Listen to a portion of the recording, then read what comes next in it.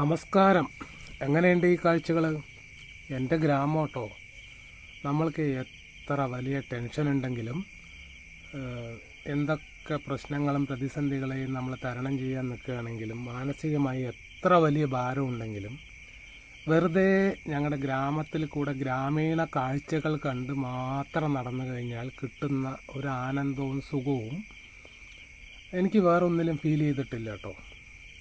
പ്രകൃതി നമുക്ക് ഒരുക്കിയതാണ് പറയും, പക്ഷേ അതിൽ മനുഷ്യനും കൂടെ, പ്രകൃതിയിൽ ഉൾപ്പെട്ടതാണല്ലോ മനുഷ്യനും കൂടെ ചേർന്ന് രൂപപ്പെടുത്തിയ കുറേ ഗ്രാമീണ കാഴ്ചകളാട്ടോ അത്